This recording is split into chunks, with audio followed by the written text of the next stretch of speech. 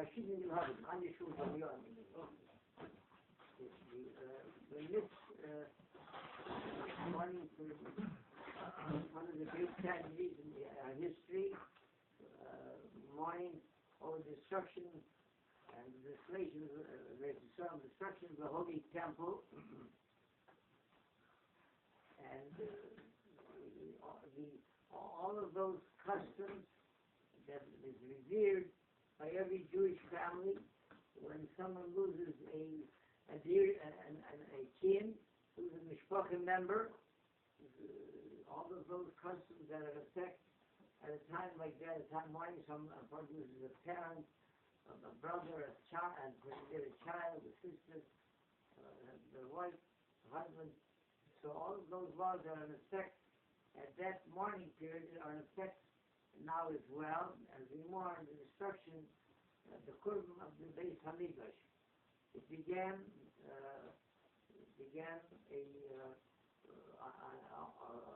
on Shavuot of the Tammuz, which commences the 3 weeks, the 70th day of Tammuz, which commences the 3-week mourning period, begins with one fast day, with the fast day of the 70th day of Tammuz, and it ends with the fast day on Tisha 3 weeks later.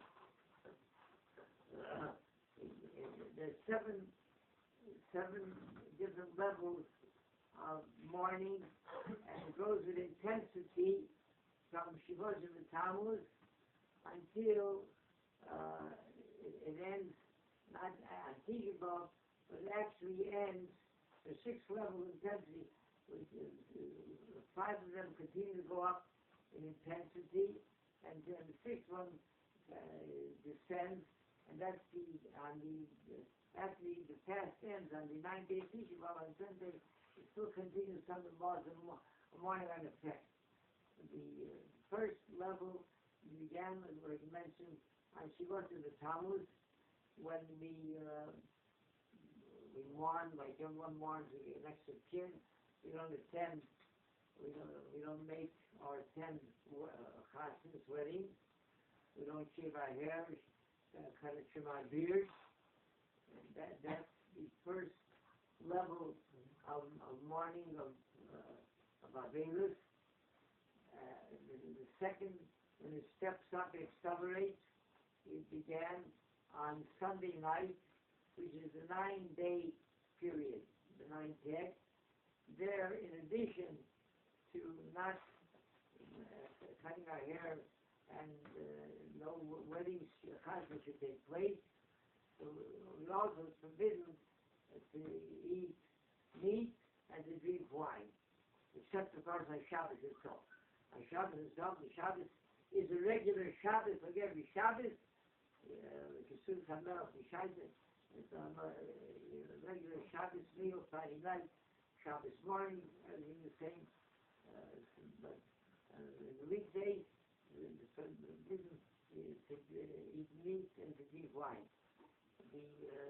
The third, which goes more with intensity, is what's called Shavua, the week that Tisha B'Av commences in. Shavua Shachal Tisha B'Av. Tisha B'Av, which falls on Monday night, so beginning with Saturday night, that's called, this coming, when we say Saturday night, it's called Shavua Shachal Tisha B'Av, the week that Tisha B'Av commenced in. So there it goes with more intensity. That's the third level. The fourth level is on Erev Tisha B'Av itself. Erev Tisha B'Av itself, so there it grows, it accelerates more so on Erev Tisha B'Av.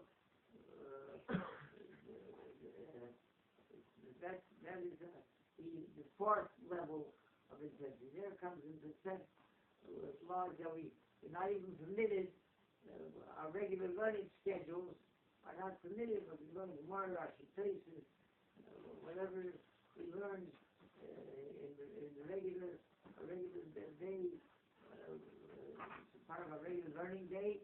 So on Erev Tisha B'Av, there from Chatzos on, from the half of the day on, there it's it's not permitted this as well.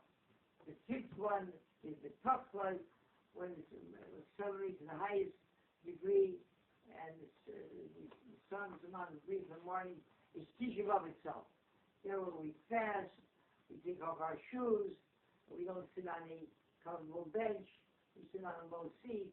It's like a regular mourner. A regular, somebody comes to the house of Shiva, he comes to the Shiva house, the mourner sits on the regular, not a regular chair, he sits on the stool, on the Shiva table. So we don't, we come into Shula, it's also on Tisha B'Av, the back lowered, so people, they sit there in Chiddush, and they daven Tisha B'Av morning. That's the fifth level. The sixth level is the other way around. It starts to go up, even though the fast is ended on Tisha B'Av night, after the sun and the stars, after the stars come out. So the fast ends, and then we can put on our shoes, and we sit on the regular chair and we eat. But drinking wine and eating meat and washing our clothing, bathing and shaving, all of that is until a half a day on Wednesday. We're going to have it on Wednesday. Why does it continue into Tisha B'Av?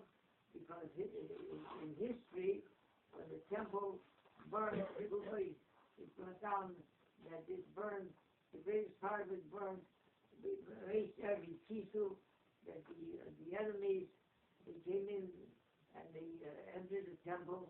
They said just before sunset, when they torched, they put the Beit HaMikdash, they torched it, put out fire. So the greatest portion burned on the 10th day.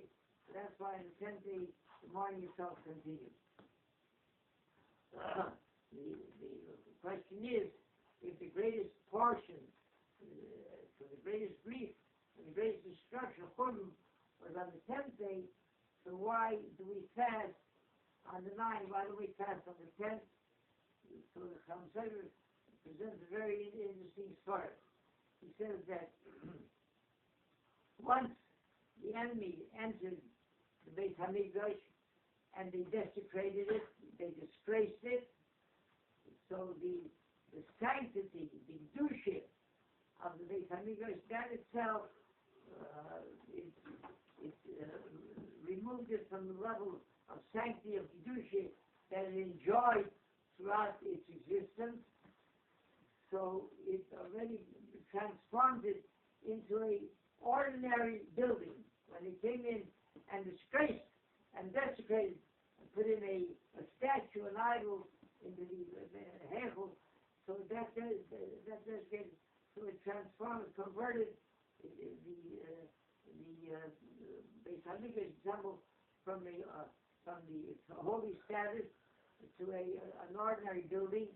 So therefore, that which burned after that really goes like it was not the Beit HaMikdash itself. That was an ordinary building. But as a result, it was established that we passed on the 9th and not on the 10th. Amongst those that we are not permitted to do, as I mentioned, is shaving and cutting our hair. But it's brought down in Shulchan Aruch that that somebody who his mustache overgrows his lip, so it interferes with his eating. The food particles get into his mustache, so he's permitted to trim his mustache. There was a father took for his daughter a young man, a Torah student, but he was very young when the marriage took place. So they made an agreement that he's going to support him, and he should dedicate his life to Torah study, but he will support him only until he was very young at that time. That age, his beard didn't grow yet. So when he said he was going to support him until his beard starts to grow. So it was a year after the wedding, the chasna. It was 2 years, and he doesn't see any signs of a beard, of a beard growing. You can imagine what happened here. By now, no place to find it. He certainly should start to show signs of a growth. So he carefully follows him, he trails him, he stands outside the bathroom, and he sees that he goes into the bathroom and he shaves himself. There was also what they used to use in those days, powder. They used to burn off the hair, so it made it very close. Well, there was no trace of a beard. He came out of that and he said, "My dear son-in-law," he says, "that's it." He said, my obligation ended. I was supposed to support only until your beard grows. It's growing already. He said, "No, he said, not quite that simple." He said, "We have to go to, didn't say we have to go to Rav. It didn't end the obligation." You couldn't imagine what? So he went. So the Talmud told his side of the story, and the Rav listened patiently.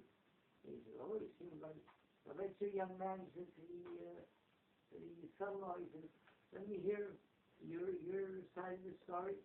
He said, "Rabbi," he said, "even though there are times when a person is not permitted to shave, like during the 3 weeks, 9 days, he said, but if you brought down with your mustache, you're not permitted to shave normally, but it interferes with your eating, you're permitted to shave it." He said, "This interferes with my eating, so I'm permitted to shave." Let's not play phone with that. He said, "Sir,